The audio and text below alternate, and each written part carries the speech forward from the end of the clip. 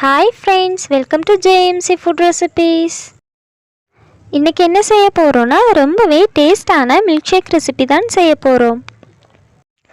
Oreo பிஸ்கெட்டை வச்சு ஒரு ஈஸியான மில்க் ஷேக் ரெசிபி எப்படி செய்யலாம்னு தான் இந்த வீடியோல காமிக்க போறேன். ஓரியோ பிஸ்கெட் மில்க் ஷேக் எப்படி செய்யறதுன்னு பார்க்கிறதுக்கு முன்னாடி இதுவரைக்கும் JMC Food Recipes சேனலை சப்ஸ்கிரைப் பண்ணாதவங்க சப்ஸ்கிரைப் பண்ணிருங்க. அப்படியே பக்கத்தில் இருக்க பெல் பட்டனையும் கிளிக் பண்ணிருங்க. அப்பதான் நான் போடுற வீடியோ உங்களுக்கு நோட்டிஃபிகேஷனாக வரும். ஓரியோ பிஸ்கெட் மில்க் ஷேக் எப்படி செய்யலாம்னு பார்க்கலாம். ஓரியோ பிஸ்கெட் மில்க் ஷேக் பண்ணுறதுக்கு நான் 10 ரூபா பேக்கெட்டோட ஓரியோ பிஸ்கெட் 2 பேக்கெட் எடுத்திருக்கேன்.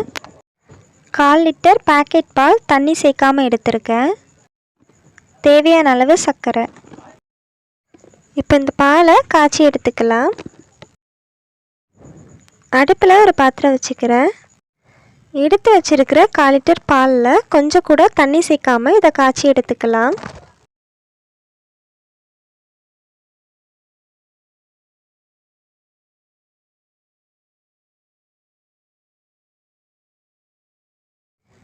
பால் கொதிச்சு வந்துருச்சு. இப்போ அடுப்பை ஆஃப் பண்ணிடலாம்.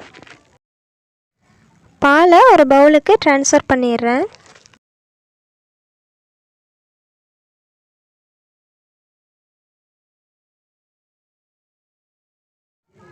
பால் ஃபுல்லாக சூடு ஆறின பின்ன ஃப்ரிட்ஜில் வச்சு எடுத்துக்கிறேன். பாலை 1 மணி நேரம் ஃப்ரிட்ஜில் வச்சு எடுத்தாச்சு.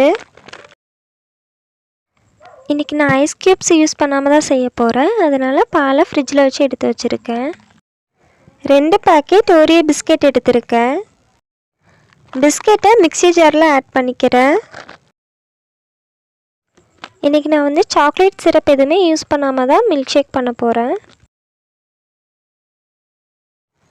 எல்லா பிஸ்கெட்டையுமே ஆட் பண்ணியாச்சு. இதை தண்ணி மிக்ஸ் பண்ணாமல் சாஃப்டாக அரைச்சி எடுத்துக்கிறேன். நல்லா சாஃப்டாக அரைச்சி எடுத்தாச்சு.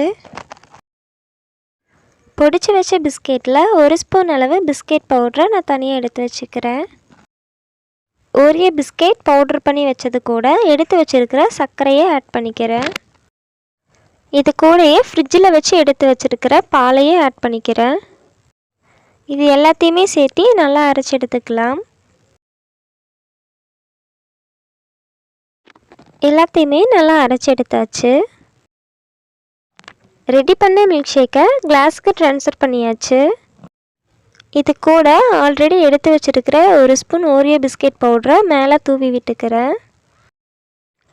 டைரி மில்கை சின்ன சின்னதாக கட் பண்ணி எடுத்து வச்சுருக்கேன். அதையும் மேலே தூவி விட்டுக்கிறேன்.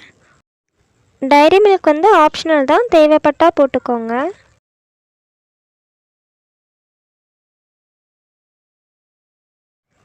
சுவையான மில்க் ஷேக் ரெடி ஆயிடுச்சு.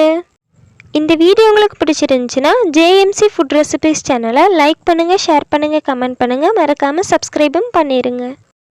தேங்க்ஸ் ஃபார் வாட்சிங்.